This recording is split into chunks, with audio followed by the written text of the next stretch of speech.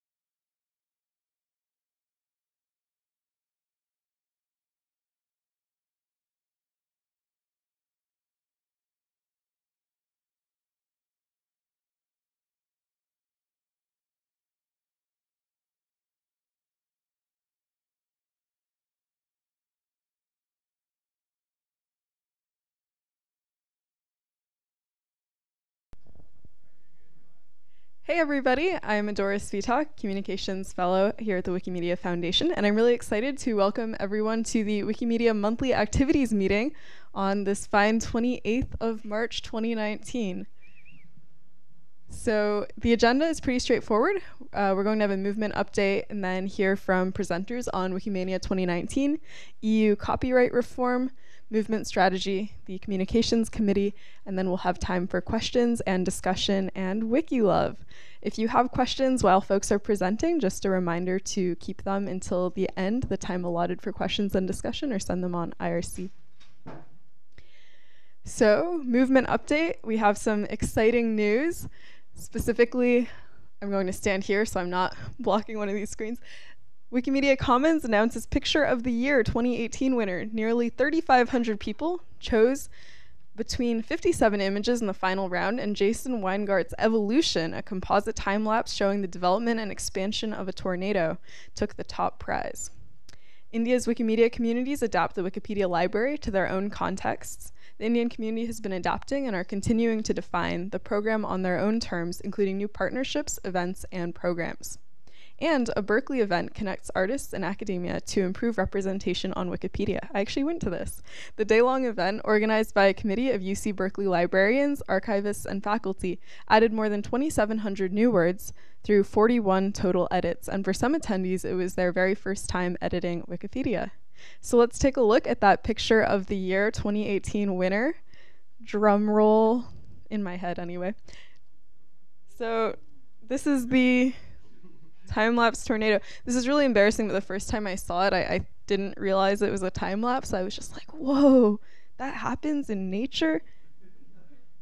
So it is a time-lapse for all those out there who might have made the same mistake as me.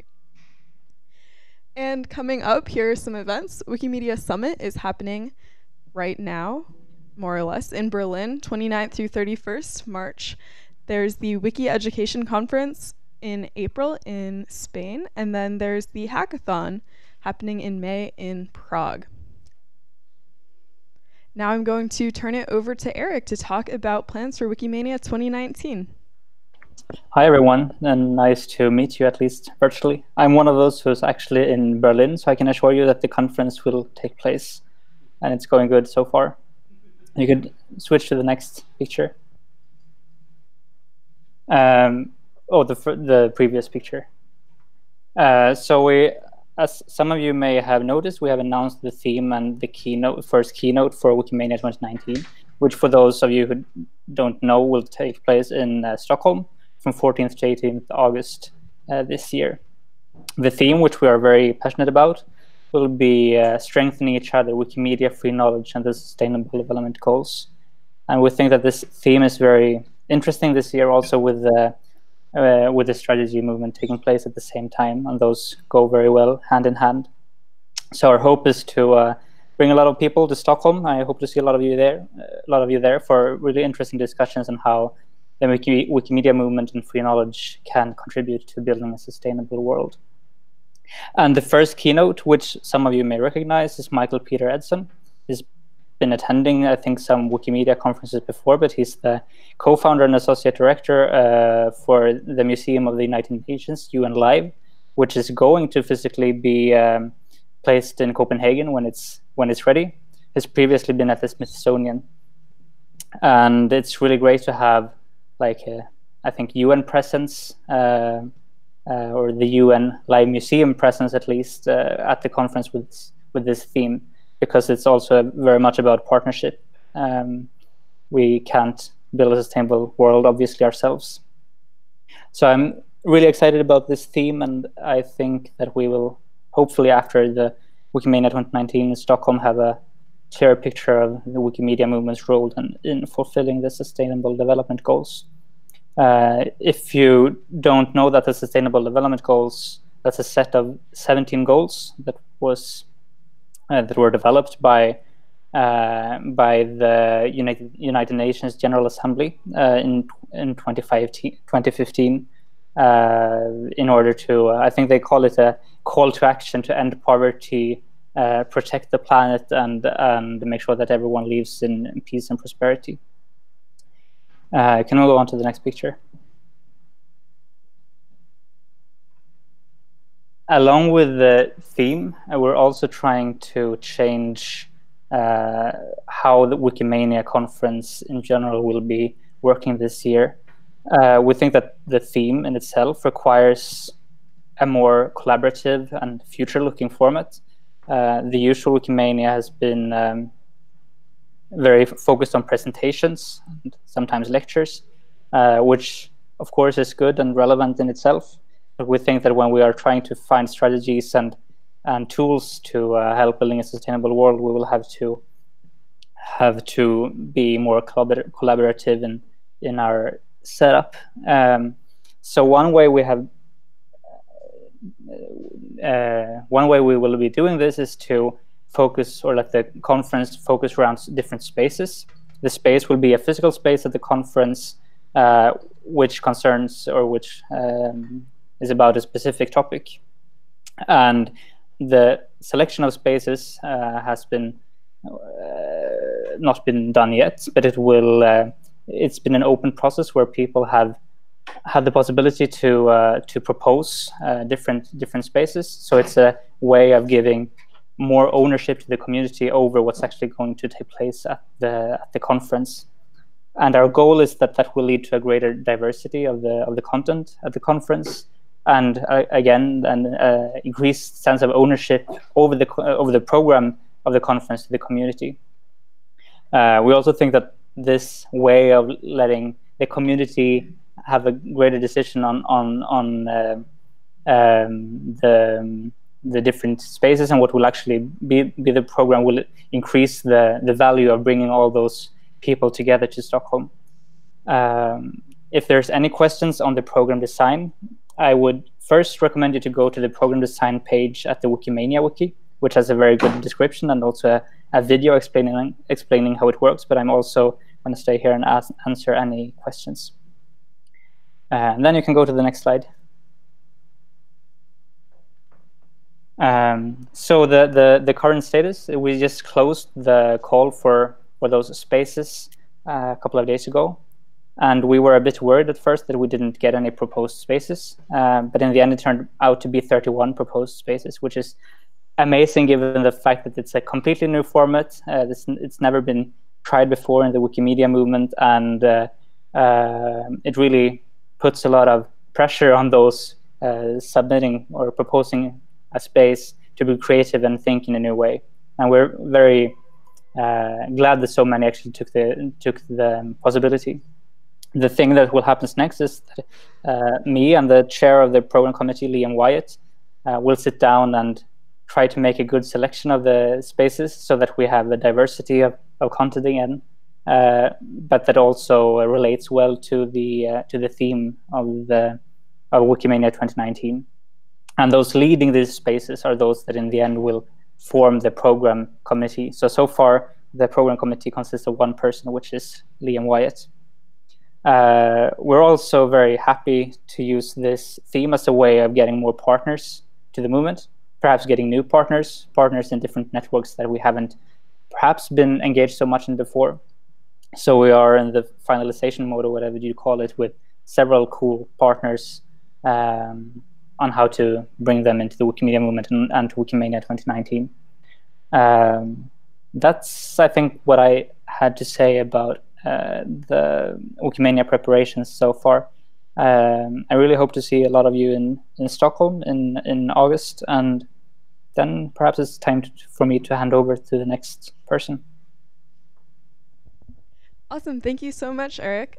So that's a really exciting overview of Wikimania, and hopefully has given all of you a lot to think about as you head into it. Now, looking at EU copyright reform, and we're getting an update from Stephen Laporte. Hi, everyone. I'm Stephen Laporte with the Wikimedia legal team. And as many of you have probably seen, the European Parliament voted on Tuesday to adopt a new copyright directive. This included two norms that are very problematic for the free and open internet, Article 11 and Article 13. They'll become part of European copyright law shortly. Article 11 requires news aggregators and websites that use news snippets to get licenses from press publishers. This is bad because it will make high-quality news more difficult to find and share online. Article 13 makes platforms liable for copyright violations of their users in a new way. The goal is to make websites like YouTube get licenses from rights holders. However, the requirement will drive websites to deploy filtering technology that blocks uploads that aren't clearly allowed. This is problematic because companies are risk averse and will inevitably overblock content that's legal. It's important to note that Wikimedia as a nonprofit online or Wikipedia as an online nonprofit encyclopedia is exempt from the requirements in Article 13, and I'll talk about what that means in just a second. These two rules have been part of the proposal since the beginning, and they went through various iterations over the past few years. In the end, the Parliament voted not to allow further amendments to the text that had been negotiated between the EU member states. The EU copyright directive is not entirely bad. There is some good news in this new piece of law. There's a protection for the public domain that ensures that faithful reproductions of the public domain cannot be granted new copyrights. And there's a limited exception for text and data mining, which is good for Wikimedia's work to collect data in projects like Wikidata. The vote about allowing amendments to the copyright directive was ultimately very tight. It moved forward by about 5 votes, and ultimately the Parliament did approve the directive. This is a disappointing outcome for the supporters of the free and diverse internet. However, the positive new exceptions, I think, are something to be proud of and something that Wikimedia did very good work advocating for. So there is improvements in the law that will span across Europe thanks to the work of many Wikimedians, and that's something to celebrate on, even though ultimately I think the outcome is pretty disappointing. So what did Wikimedia do around EU copyright? Wikimedia has been engaged in the debate since 2016 and even before that. We've continuously written about problems with the requirements of upload filters and the press publishers' rights. And that includes not just the foundation, but many Wikimedia chapters and individual Wikimedians who have been on this work for many years. Over the last year, you may remember that some Wikipedia projects ran campaigns and protested around 2 crucial votes. These were the ultimate sort of turning point in the EU copyright directive's development. And in this run-up to the final vote, we focused our outreach directly on the European Parliament. Catherine and some members of the public policy staff went to Brussels and met with lawmakers and journalists. We published a video that explained some of the problems with Article 13. The community on a few Wikipedia projects voted to black out and ran in protest of the law. And over 17 Wikimedia organizations did some work related to EU copyright. They took action, including calling or writing their members of parliament, writing blog posts and talking to the press, and supporting local campaigns inside their country. So what's next? The directive will now get a final approval from the government and member states, but this is purely a procedural step. Afterwards, the directive will be published in an official journal. And at that point, there'll be a 2-year period during which member states, the countries in the EU, will need to adopt national copyright law that complies with the directive. So this means that there will be an opportunity to do work in the national implementation of the copyright directive over the next 2 years to try and improve the way copyright law works. So along with our allies, Wikimedia will be focusing on the effects of mitigating the effects of Article 13 under the guidance of the directive. And there will be other opportunities for us to push for positive changes in national copyright law. So, for example, including more exceptions for user-generated content, remixes, and the sort of knowledge sharing that Wikipedia thrives on. And we're very committed to supporting the affiliates and our communities and our allies who are working on copyright in the EU. Although I see this most recent directive as sort of a lost vote, there's very important work ahead. And I think it's important to just think very generally why we put so much work into projects like European copyright. So why is this something that volunteers and chapters and the foundation have been working on for many years? And this is a good reminder for me that copyright's an area of the law that has a big impact on how we share knowledge, especially in a digital environment. So projects like Wikipedia are affected very much by copyright. And our vision for an open web requires a copyright that allows people to create and learn, copyright rules that allow creation and learning, research, and all of the things that are important for Wikipedia. And as lawmakers look to make significant changes to rules like copyright, they're unfortunately designing rules thinking of major companies and forgetting about the real diversity of projects that exist on the internet that don't always fit the same mold as major companies. I think lawmakers started to recognize that problem partway through the process with the European Copyright Directive, which is why Article 13 has this exception for online encyclopedias and other services. They realized the framework wasn't good for the entire internet, so they started writing in exceptions for us. And I think that this is an important reminder for us that as we look ahead towards our movement strategy and work that we all do as organizations inside of Wikimedia, that we need to advocate for a vision for the open web and for policy that allows us to do the work that we want to do, because there are changes that happen in the environment around us, and those changes can potentially affect our work. And I'm just really proud of the proactive effort that many Wikimedians put in for many years to get those positive additions and the exceptions that were added in, but ultimately to try and explain a vision for copyright law that's good for the internet. And even if that wasn't adopted by the European Parliament this week, I'm optimistic there'll be other opportunities to express that vision to lawmakers in the future.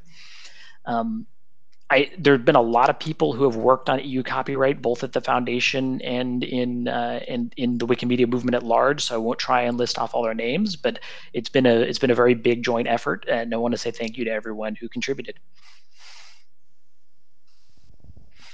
Great, thank you so much, Stephen. Absolutely, when thinking about an issue like copyright, it's so important to remember that this is about more than what you can and cannot upload. It's about all of our rights to go out in the world and live lives that are less circumscribed and being able to express and make and think freely. So thanks to everybody who has done amazing work in the movement and in the foundation. If you'd like to see any of the public statements, you can also check out, shameless plug for the wikimediafoundation.org/news. You can find public statements written by some folks at Legal. Now it's time to hand over to Tanvir for a movement strategy update.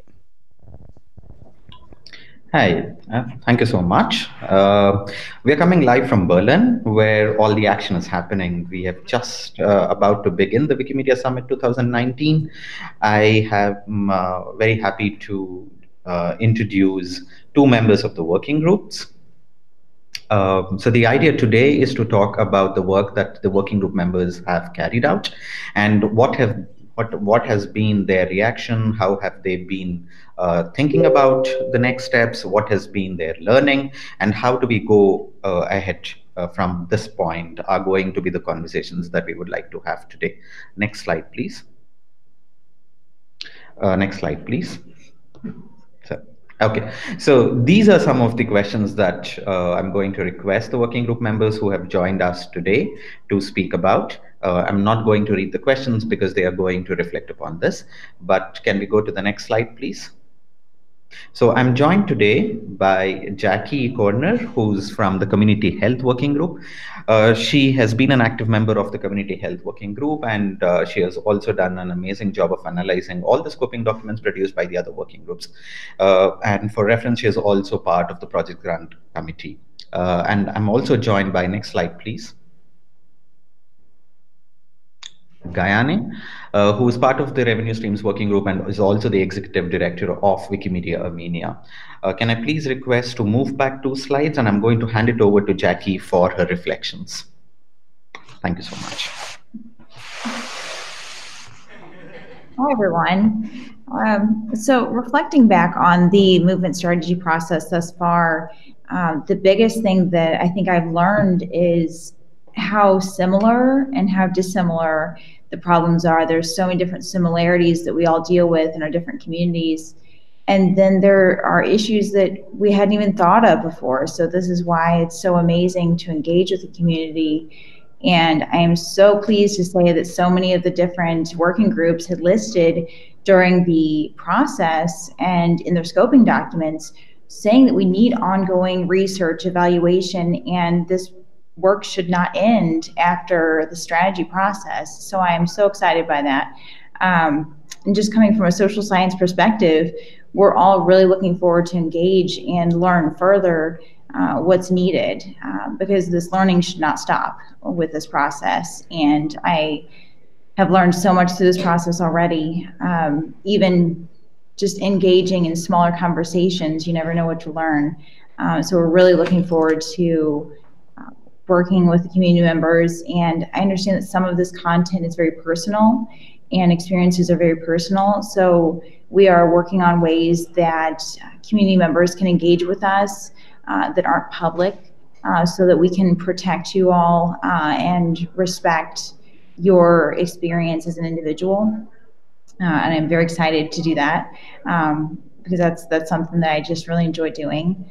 My dream for the movement strategy process is to work on some of these barriers that are really getting on our way. I feel like some of the barriers that exist are ones that we're keeping built, and we really need to dismantle those. So I'm really excited to encourage everyone to get involved with the process so we can dismantle some of these barriers and eliminate some of, for example, bad behavior. Bad behavior takes a lot of capacity that could be otherwise used for good. For example, the emotional labor one uses to deal with the risk of incurring some sort of harassment or just witnessing that. Removing that will open up our capacity for doing so much more and really hitting some of those goals that our mission is really in line with. And what do I want to say to the larger Wikimedia movement as a working group member? Just get involved. I know it's very challenging to ask more of you all, as you all are deeply engaged and as volunteers and wearing all different sorts of hats and responsibilities. But I really encourage you all to get involved, because this is something, the learning that we're taking forward from these working groups is something that will not, it's going to be used very, very strongly. So I really encourage you, even though it might be challenging, to get involved. And I hope that you find that to be a fulfilling experience, and I hope that you're really proud of the work that we're doing. So thank you.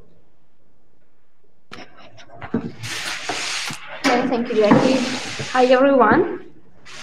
I'll share a bit of perspective of our group and with the revenue streams, which is the smallest group, I guess, in the whole working group thing. And we were the most difficult to come together and to gain some results. But I was really happy to join the group members last month in Berlin for the face-to-face meeting, which was really a huge step forward for us, because we did a big progress, and personally for me it was a huge learning process. I got the sense of finance flow in the movement, and I felt more comfortable in working with this group because I was quite reluctant to join because of not having that much experience in the movement overall, and especially in the revenue streams. But now I feel more confident, and I'm really thankful to the peers who were sharing a lot and were really open to help to work together. What I mentioned here, the biggest learning for me was like when working in just Armenia, you see only your level, and while joining these discussions, I realized that this movement is really huge. So many different layers, so many different actors, so many different problems, and so many different opportunities. And now I see this working group thing as a huge opportunity to bring all these things together and to use this opportunity as a great chance to learn from all these things and to come up with really working recommendations. What is my dream for the movement strategy is we are putting lots of efforts. This is very intense process. We are really tired, I think, though inspired a lot with what we are doing. But I really hope we will come up with something that the movement really needs, or the movement will see the benefit, the value of our recommendations, and will use those in future. This is really my dream. And I would second what Jackie said. I would really ask everyone to come and talk, to feel really responsible for this process, because it is not the responsibility of, I don't know, around 100 people who are in the working groups. This is the responsibility of all of us, because if we are a part of this, then we are more keen to implement the responsibilities on the ground. And as I learned, nobody should be afraid of expressing themselves, speaking up. So I would encourage everyone just to come and speak, to share what they learned, and not to be afraid of saying something stupid, because very often the thing that we consider as something very simple or stupid contains really bright elements. So this is what I wanted to say. Thank you. Yeah, so I'm Karel, also from the strategy team. You can, yes, move one step forward. We don't have Shani today. Unfortunately, she's working on the program of the summit. No, next one, what to expect. Yeah, with the slides, we are, with the strategy team, we are trying to challenge everyone to take part of things, and now we are challenging the tech team at the foundation with our quite difficult slides at this time. Actually, what I wanted to talk about is what to expect next. And looking at what has happened so far, we have been really concentrating on the working group model, getting them up to speed, trying to figure out how to support them rather than confusing them. And also they have been really working hard on getting the scoping documents out. So they have worked on defining the scope of their respective thematic areas. And what we have learned from previous processes like this is that we don't want to over-consult or fake consult the communities. So we have really tried to put in the work to get some framing out there, so you don't have to fully relate to something abstract, but have something more concrete on table to react to really prompt your ideas, to get going in this quite difficult and challenging strategy conversations. This is not what we usually do. I do that every day, but this is not what we as Wikimedians do every day. It's really hard to get into that conversation. So during the past 6 months, working groups really have tried to build the access doors for you, the questions which allow you to enter into these discussions and bring your perspectives, ideas, and this is I think really important for the general process, because this is not the strategy of some stakeholders in the movement. This is not a working group strategy.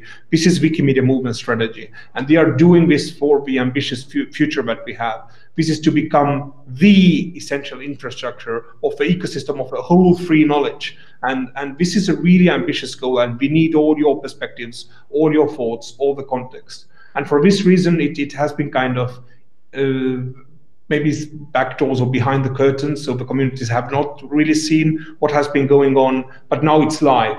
The first thing is that scoping documents from each and every working group is on Meta. Yes, it's on Meta. You can go there, you can discuss it there. We also have kicked off the community conversations. So we have already strategy liaisons for many of the organized groups. We are also looking for in future engagement more engagement from the project communities.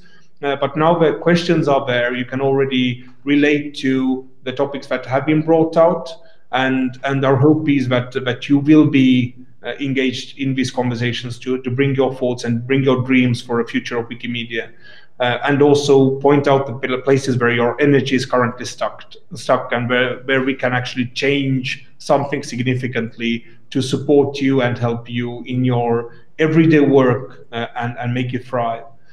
And why your input is really important is that we are really moving into analysis phase. We need the different perspectives to see where the recommendations from this process need to direct towards. What are the things that are relevant across the continents, across the global Wikimedia movement? So we need to understand this better. Working groups need this information to make informed decisions and to understand better your contexts, because it really has been mind-opening for many of these members to learn from different stories across the globe. This was a design of a working group model to have diversity in the group, so we can already kind of prepare for this wide range of perspectives. And I hope that we are now even much better with the community conversations in this place to bring these thoughts in. So we are really looking forward to your input, and we're really looking forward to launch into the analysis phase and really see what can be changed structurally in the movement, that we support each and every one of us better, that we really truly become the global community that we want to be, and a global unified community, and achieve a goal of supporting the whole ecosystem for free knowledge, and get a little step closer to our big vision that we all agree with. So that's the idea, and this is what is to expect next. That we hope that you will participate, and we hope that the working groups will, based on your participation, your perspectives, make informed decisions when we come to recommendations, and we change the movement for the better. Next slide. What I also want to say is that feedback is helpful. So I've heard many things about the process that could be done better. It has come from the working group members. It has come from the members of wider community, and they really try to be adaptive with the process and take in the valuable feedback.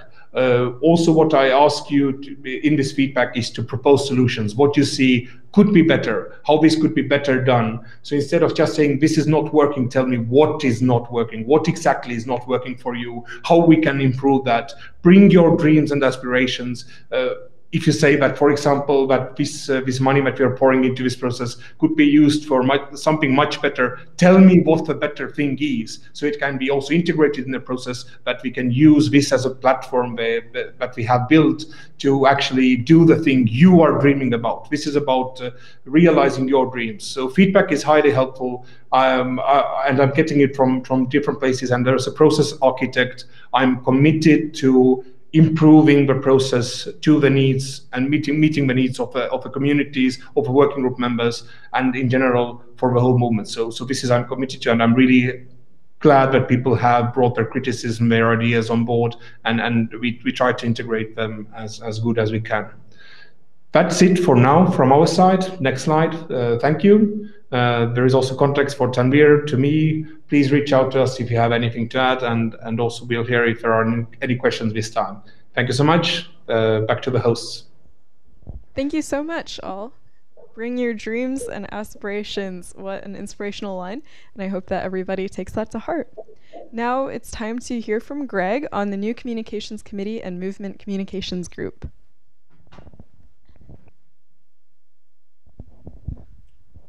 Hello, so my name is Gregory Varnum. I'm the communications strategist here at the Foundation in the communications department, and I want to share some exciting updates with all of you about our new communications committee and movement communications group. So let's go on to the next slide. I think I have the clicker. I can grab the clicker. Haha. The power of presenting in person. All right. So the communications committee has been around for quite a while. So let's take a look back at how we got here. The committee was actually created by the Board of Trustees for the Foundation in January of 2006. It's actually one of our oldest committee and dates back to when we created the Language Committee and a number of other community committees at that time. In 2006, there really was no communication staff of any kind within the foundation, so the committee literally was the foundation's communications team. They did all the press release writing, they did all of the press vetting, all of that stuff was handled by that relatively small committee. And then in 2009, when the foundation began to staff up and a communications team was created, they decided that it would be better to turn it into a staff committee. And basically because, there wasn't going to be production work for them anymore, but there was going to be a department, a team rather at that time that was going to be around to support. So it began to change from about a 15-person to a mailing list kind of advisory group with about 200 plus people on it, which when we began to meet with the group at Wikimedia Conference in 2016. We met several times. I shouldn't say began meeting. When we had a meeting with them in 2016, we acknowledged that a 200-person group wasn't really a committee anymore. We also acknowledged, this was right after Wikipedia 15, that we had really great success with this 200-person group in doing a movement-wide activity, the Wikipedia 15 birthday. A lot of the communications coordinating was done through that staff committee mailing list. But we recognized that we could do more. That kind of inspired the communications department to really want to think through how can we engage this group even further. That was also around the time when the department became a department and we began going from 2.5 people to 12 people. So the possibility of engaging with the community and doing it more meaningful actually became a reality and a possibility for the department. So from Wikimania to 2016 till now, we've been experimenting and having discussions with the committee specifically about what this should look like. And these are some of the steps we took to get here. We met at all those different events. We did a survey with the committee in November 2016. We got a lot of feedback on what kind of experiments to do. We did a bunch of different ideas like a newsletter to that group. We modified how we do the media report. We made a lot of kind of changes. Some ideas worked, some ideas didn't work. But we took all of those learnings and then at the Wikimedia Conference in 2017 began to propose this idea of replacing the communications committee with something different, a little smaller, kind of going back to its roots, if you will, going back to its origin story if you are a video game or comic book fan. So we drafted a proposal and presented it with Wikimania 2017. We got a lot of really great feedback and frankly wanted to begin rolling it out shortly after that. But one of the pieces of feedback we got consistently was that if the department was going to engage in this work, we really had to commit to it. It wasn't a project we could launch and then because of priority changes or staffing changes or things like that kind of put on the back burner. That once it begins, it's really going to get going and we really want to get behind it. We really want to move it forward quickly. And as some of you may remember, there were some things going on in the movement around 2017. We were working on this whole strategy thing. Our department had a number of staffing changes, and we also decided we should probably work on the foundation website. A lot of things took place that made us realize as a department, this might not be the time for us to make this commitment. And we were very nervous that we would kind of false start it. We would launch it and then realize we didn't have the resources to really see the idea through. So we unfortunately kind of put it on hold for a lot of 2018. Tweaked it a lot though. It went through a lot of revision work, so I'm actually kind of happy we delayed it because we learned a lot in talking with the committee further and in talking with community members, and we learned a lot from the movement strategy process. So the plan that we actually proposed in 2017 has similarities with what we introduced earlier this month, but it's actually a radically improved plan. So where are we taking things? There's going to be a new committee. The new committee will be about 10 to 15 members. We're asking them to serve 3-year terms, so these are definitely a commitment from the volunteers or the staff of affiliates. Excuse me. It is open to all of the people in the movement. It's not just affiliates. We want anyone in the movement who is working on movement communications, be it through a wiki project or through a user group or through a extension that they're working on, whatever it is, that they consider participating in this committee.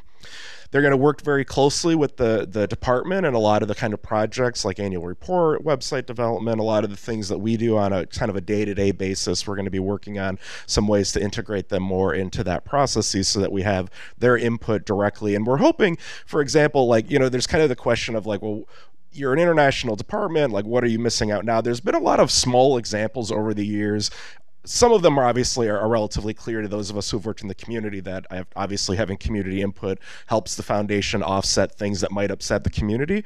But something that's really interesting we've learned in communications is we also really need this international input to make sure that what we're saying actually works across a global language. So for example, one of the lessons with Wikipedia 15 is we talked about having an events on all 6 of the populated continents, right? So we have events on every continent except Antarctica, on 6 continents. And when we presented this to the audience in South America, they laughed at us because in South America there are only 6 continents. There aren't 7 continents. So this international press release talking about events in 6 continents in their minds was a press release saying we had an event on Antarctica, and they were wildly confused.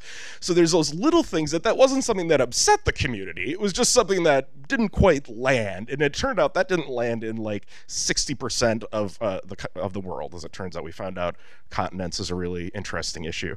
So those are just like small examples of how we've learned we really want this global perspective and this multilingual perspective on our communications. We really believe not only, in addition to making it more accessible to the community, it will make the foundation and the movement's communications more accessible to the world, and hopefully therefore help deliver us on some of our movement strategy goals. It's going to be working on specifically guidance on the movement communications. You've been hearing the communications department through the website and some internal meetings has been talking a lot about things like talking beyond English, really doing more multilingual communication. We're really hoping this group can help us with some of that work. They're also going to work with us on implementation of movement-wide activities. So Wikipedia 15 with the old communications committee was a great success. Surprise, surprise, we're probably going to be doing something for Wikipedia 20. I don't want to like rattle anyone's world with this shocking announcement, but there will be a 20th birthday for Wikipedia, and we're hoping this group will help us with that. And something that'll be new for this group is as the affiliates have grown and as our community has grown, so is the desire to build their communications capacity. And there are a multitude of teams across the foundation who work with them in supporting that, but we also recognize that there's a lot of things that can happen between the affiliates and between community members. So we're also hoping to really empower this team and provide them training and some of the access that the staff enjoy, such as, you know, media training with our outside consultants, things like that. We really want to help them develop their skills in part so that they can take those skills and take to other people in the community and to other projects. So it's not just dependent on our department and other departments in the foundation to do some of that capacity building, or the handful of affiliates who have taken it upon themselves to help with that. So that's something we're really excited about. So what's going to happen with the old group? There was this 200-person mailing list. It was actually working really well for us. We had a great experience with Wikipedia 15. We don't want to lose that, but we also heard a lot of feedback that the way it operates today wasn't working for everyone because it had about a 9-year kind of cruft, if you will. It had 200 people, but no one really knew who else was on it. It was like, oh, Jimmy's on the list. Well, that's amazing. I had no idea. Like, people were just every week kind of finding a new person on the list, and that made it really hard for them to know how to engage in the list. So we're going to dump the old list, invite everyone as well as anyone not on the list to join a new mailing list, which we're referring to as the Movement Communications Group. We feel this sort of better embodies it. You know, committees generally aren't 200 people. Usually committees have kind of work. This is a bit more of an advisory sort of interpersonal and inter-affiliate discussion group. So that's what we're hoping will happen. And we're going to be launching this in the next few weeks. We're just sort of waiting for a few small technical things to get worked out. And once that launches again, similar to the new communications committee, we're inviting people from all across the movement who happen to do any type of movement communications work to join and to participate. And just for privacy and security, if there isn't a concern about like a person's name being listed, we are working on that, but that'll be handled on a case-by-case basis. So how do you join? Great question. I'm super glad you asked. The Communications Committee itself, we're going to be taking applications for over the next month. There's information up on MetaWiki, and you can follow the ComCom link or check your inboxes as we've sent this out to Wikimedia L and a few other places. But go to the ComCom page on MetaWiki. We have information on there on how you can apply. Essentially, all we're asking for is just verifying it's a 3-year term, telling us what some of your ideas for the committee are, and telling us a little bit about your communications work on the movement. It's a pretty light application process. We're not looking for a whole lot. So just some basic information to help us figure out. The department, because it's a staff committee and there are no existing members, will be working on selecting the inaugural members. In the future, for future terms and possibly adding people at this time next year, we'll work with the committee on that. And then the communications group, movement communications group, as I said, will be launching in a few weeks. The sign-up form is going to be on MetaWiki, so we'll be handling the sign-up via MetaWiki. It will likely be a mailman private mailing list. We're still figuring out those final details. But a draft of the page talking about that and where you'll be able to find the form to sign up is also on MetaWiki at MoveCom. So we've got ComCom and MoveCom. Got it? See, we're clever with those. All right. So that's it. Thank you so much. We really appreciate it. And particularly thanks everyone for their patience. I know especially the committee members and affiliates have been hearing us talk about this for a year or two, and we're really hoping we would roll it out sooner. We wanted to roll it out as soon as we could, but we're super excited that we can now really commit to rolling it out in a meaningful way with some long-term support for these committee members. So thank you all very much. And now it's time for questions and discussion. So if there are any questions you have, feel free to step up to that mic over there if you're in the room, or if we have questions on IRC, take those as well. Hi, I have a question. Danny Horn. For Eric, about the Wikimania spaces. You said you've got 31 proposals so far. Do you have a sense how many are you going to choose? Like how many you're going to end up with? It's not actually entirely settled yet because it depends on it depends on a lot of different factors. It depends on the availabilities of rooms of right sizes, of how many sessions we end up deciding to have, like how long keynotes we will have and everything. So it's very hard to say a specific number. It's probably not going to be 31. And we counted out also if we accepted everyone and the time that they had asked for, it would be like a conference of 21 to 25 days, which it won't be. So I can say that everyone is obviously not going to get everything that they want, but I can't give any exact number yet. So we will get back about that to everyone who's applied for spaces in probably next or the upcoming weeks. Okay, thanks.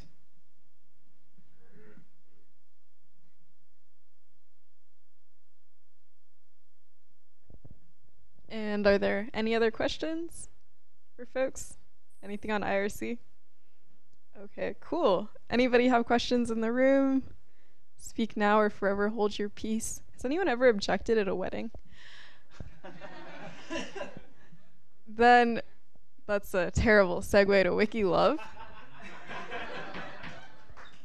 But it looks like it is time for WikiLove. So if you have some love to share, please come up to the microphone or shout out on IRC.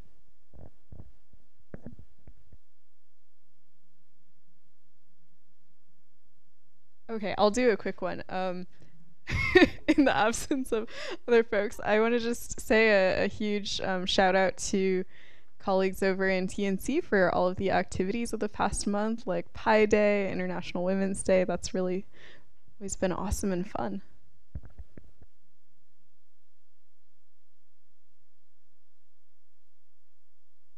I want to give some wiki love to our colleagues in Europe who worked really hard on the EU copyright reform. We didn't necessarily get the exact outcome what we wanted, but we got a lot of things done along the way. We've got a lot of inroads into the next steps, and I think a lot of that is due to the amazing work of community members on the ground and the staff who supported that, who are some here, some all around the world, but great job on that. Public policy work is super hard, and it takes a lot of commitment, and I think we did a great job.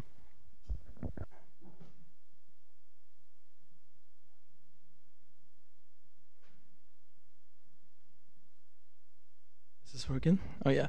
Some wiki love to our developer volunteers, specifically because those three are crossing my areas in the last couple of months.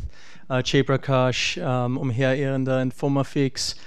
They're relentless in giving us good insights and improving our code. Thank you. Some wiki love for Santosh, Pau, Runa, and everyone else who was involved in launching the external guidance feature, which is a really great thing and came to us kind of suddenly. And they're here today, which is really cool. They're usually remote, so thank you guys. I just want to give some sort of generic wiki love to our stewards. For people who don't know, the stewards are a small group of users who have rights to do things like block users across all the projects, and they've been really helpful working with us at Trust and Safety recently and all the time. So a generic thank you to all of them for their ongoing sort of work with us.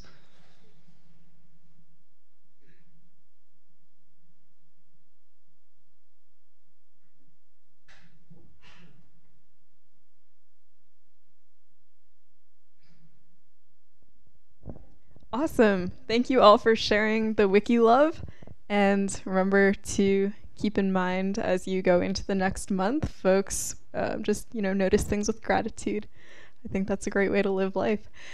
Thank you all for sharing and for coming to the monthly activities meeting. Hope you have a wonderful rest of your week.